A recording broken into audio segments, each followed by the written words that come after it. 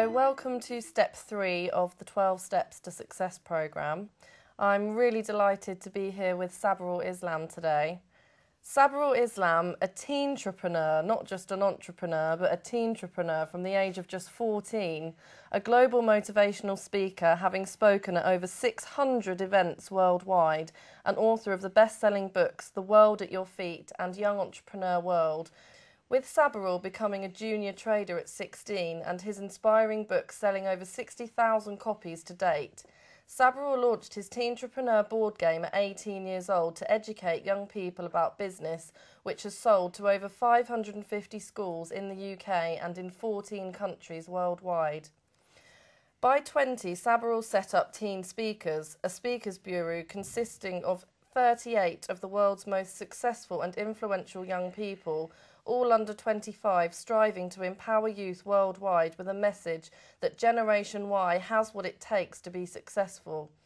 At 21, Sabarul's vision to inspire young people has expanded to a global scale, having set up the Inspire 1 Million campaign with a vision to inspire 1 million people in 20 countries within 12 months. So, hi Sabarul, thanks for being with us today. You've become a successful motivational and global speaker. How did you decide that you wanted to do this from such a young age? Well, I kind of got into speaking when I was 17, but it's never anything I planned or anything that I thought I'd be doing because I was kind of a shy person when I was young. But you kind of experience a journey in life where you want to do some positive change. You want to create something that is going to inspire other people. Because when I first got into business, entrepreneurship, especially at the age of 14, I ran a web design company for 2 years. And then a lot of young kids wanted my help and advice.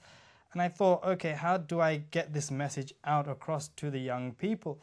And that's when I wrote my first book at the age of 17. And really to promote the book and to promote myself as to what I was doing, I started speaking at local schools. And then I kind of felt that, wow, actually there is a need for this within my local community. And then from then on, you start getting a lot of calls, a lot of bookings saying, no, we want you here, we want you there. So it kind of evolved from there. But now it's taken me on a worldwide journey where I've now gone into 22 different countries and sharing my story and trying to inspire as many people as possible. But if I ever thought to myself that actually one day I'm going to wake up and be a motivational speaker traveling the world, I would have thought, no, that's not possible. Okay. You kind of have to take it one small step at a time. Create a journey that's going to create some form of change somewhere around the world. And then I always say to a lot of people, when you discover that one thing you have that's unique, the world comes chasing after you at all costs. So, in effect, you discovered what your purpose in life is, and that's what this step is all about. So can you just tell me briefly, what is purpose? What purpose means to you? I think it's one of the most valuable things because every time I give a talk, I always mention purpose. Purpose is one of the 7 Ps, I believe, which is most valuable because everybody has a meaning in life. And I always believe in the value of leaving a legacy. What are you remembered for in this world? You don't want to be this other ordinary individual who's come onto this world, consumed a lot of their stuff and then suddenly left this world for nothing to be remembered for. And I always believe everybody has some sort of meaning, something to give, something to be remembered by. And for me, that's what purpose means. For me, having set up a global campaign called Inspire 1 Million, I believe that's my purpose, to want to change lives, to create social change. And for me, that's what purpose really means for me. And I think if you're able to find that one thing that's unique about you and that you want to share with the world, hey, go for it. And it's really your reason for getting up in the morning, isn't it? Oh, and being excited about your day. Because if you're not looking forward to what you're doing, then really you're not living your life purpose and what you're meant to be doing. And I think it kind of coincides with passion as well. You kind of have to discover that, and for me, it's also one of the other P's that I follow, passion. You have to have that positive vibe, perseverance in life. And when you discover that one thing that you really want to do, it's beautiful to be able to chase after it. And sometimes people say, oh, I don't know what I'm passionate about, or I don't know what my purpose is in life. But you kind of have to sit down and map it out because self-discovery is so critical. A lot of people go and do their 9-to-5 job or something. Like I say, you're born with a million opportunities in life. And I think it's about trying to understand each and every one of those opportunities. You give 2 or 3 a go, it's not for you, you try something else. You don't give up in life. And I think once you discover your true purpose and what you actually stand for and what other people will one day look up to and say, actually, I want to be like you. You're my role model. You're my inspiration. That in itself creates a huge form of energy that somebody actually looks up to you. Yeah. And it gives you such a powerful feeling inside.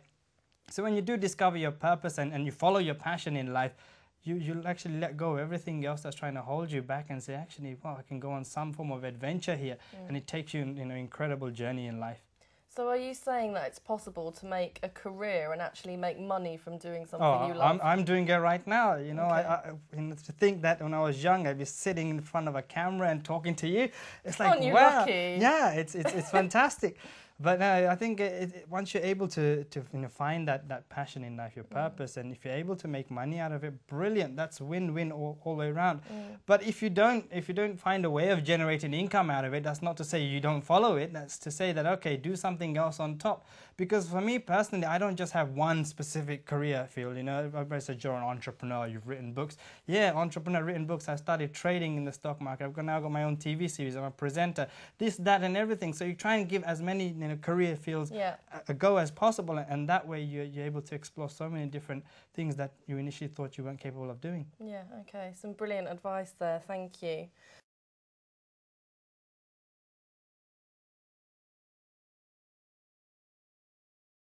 So can you explain to us what vision means?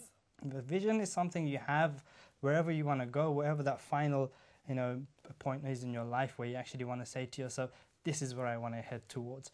Because trying to look for like a 10-15-year vision often is difficult.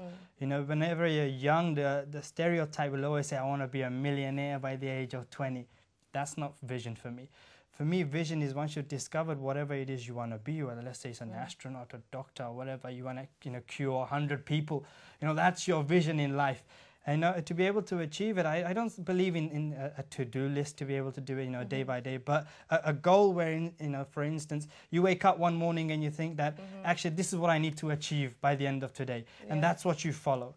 And if you're able to follow that on a day-by-day basis, set yourself weekly, monthly, yearly targets, then you come across that finish line in 10 years' time. That was my vision. I've achieved it. And if it takes you 5 years longer than expected, no problem. You've achieved your vision. You've achieved your goal. And that's the beautiful thing about it. So the advice is to find out what your life purpose is, find out what you love doing, and then see if you can make money doing that, and then have a vision. So really think about, maybe you've already achieved it, what does it look like, what does it feel like, what does it smell like, what does it actually feel like to be achieving that, and then set goals around that. So it's all interlinked, isn't it? Purpose, vision and goals. And I don't think it just ends there, because you're going to be doing something which may take 5 years to do, but during that 5-year period you discover so many things about you that actually your vision kind of grows on from there. So you kind of give yourself more energy around it and say, actually, this vision is too simple to achieve. You keep raising the bar.